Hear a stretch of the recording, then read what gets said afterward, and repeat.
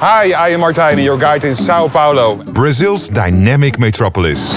I'm 4 days in São Paulo to show you the best things to do and see, from street life to history and culture, beautiful green spaces and everything in between. I don't like to ask, but please like, subscribe or leave a comment. That's the way to grow on YouTube and to make new videos for you in the future. There are two main airports in the city. The first one is Guarulhos, with the most international flights, and the other one is Congonhas, with a lot of direct domestic flights. To travel from the airport to the city, you can use the metro, but on the other hand, the Uber taxi service is cheap, 15 to 20 euros, depending on the traffic jam. And when you use the metro service, just take the Airport Express to the Luz station. And we start the São Paulo Travel Guide on the place where the city was founded in 1554. This is Pátio do Colégio. This was the site of the first college and the village that grew into the city of São Paulo. By the late 1800s, most of the original structures were gone. In the 20th century, the city sought to restore its historical identity. And reconstructions of the school and the church were completed in 1950, based on historical drawings. And it is a perfect place to start your tour through the downtown area. Where you can't miss this big square, Praça da Sé. Here you will also find a landmark of the city, the neo-Gothic São Paulo Cathedral. It was built on the site of an earlier cathedral and it took from 1913 to 1967 to complete it. Inside you encounter grand interiors, adorned with stained glass windows and majestic columns.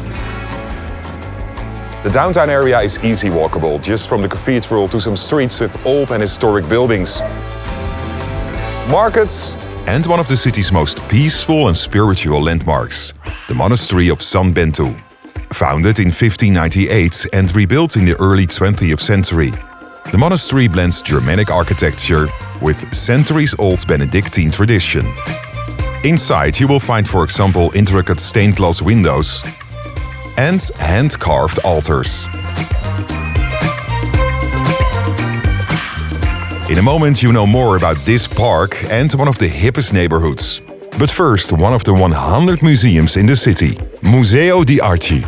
This is the best-known museum for modern and contemporary art. It holds the finest collections from all over the world. A ticket costs about 12 euros, and you can use the link in the description under the video to buy them. And the museum is located at one of the most important streets in the city. Just behind me is Avenida Paulista. It's crowded every day, except Sundays. Then they close the street for main traffic and open it for cyclists, runners and families. Stretching for almost 3 kilometers, it's a striking blend of modern architecture, historic buildings and green spaces. Its skyline is defined by big office towers, cultural institutions and shopping centers, making it both a financial hub and a meeting point.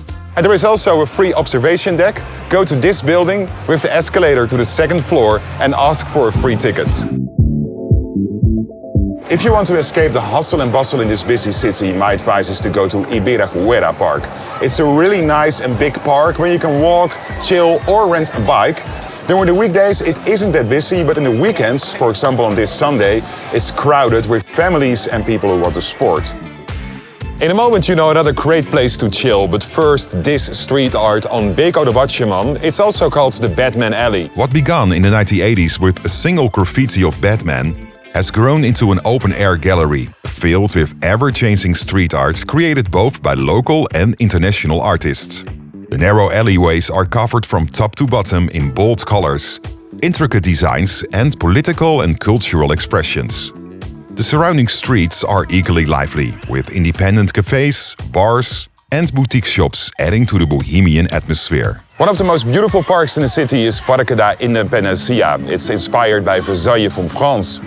On a beautiful day like today, you definitely have to visit this park. It's beautiful. It marks the site where Emperor Dom Pedro I declared Brazil's independence in 1822. And today it combines lush gardens, cultural landmarks and wide open spaces. The park's most striking feature is the Museu Paulista, a grand palace-like building that recently reopened after an extensive restoration. And welcome to the Municipal Market of São Paulo. one of the city's most iconic landmarks and a paradise for anyone who loves food, culture and a touch of history. Opened in 1933, this grand building stands out with its impressive neoclassic architecture. The market is home to hundreds of stalls, offering an incredible variety of fresh products from all over Brazil. In a moment, I will show you one of the best places for an amazing sunset. But first, Futebol. Located beneath the historic stands of the Pacaembu Stadium, the Futebol Museum is one of São Paulo's most engaging cultural attractions. Perfect not only for sports fans, but for anyone curious about Brazilian identity. Opened in 2008, the museum combines history, emotion and state-of-the-art technology to tell the story about football's deep connection to Brazilian culture. One of São Paulo's most beloved spots for slowing down and enjoying a rare moment of tranquility is Praça do Pôr do Sol. True to its name, the Sunset Square, it's famous for offering one of the best sunset views in the city. During late afternoons, the square becomes a relaxed gathering place where people spread picnic blankets, play music, practice yoga, or simply sit on the grassy slopes to take in the panoramic view. São Paulo has the highest population of Japanese people outside Japan. Most immigrants came here at the beginning of the 20th century for a better life. And it results in a beautiful district called Liberdade. It's a total different world when you compare it to the other parts of São Paulo. A perfect place for the real Asian cuisine, and on Sunday there's a street market. One of the best neighborhoods to explore is Jardins, known for its leafy streets and upscale atmosphere. This central district blends culture, shopping and great dining in an easy-to-enjoy way. And Jardins is best explored on foot.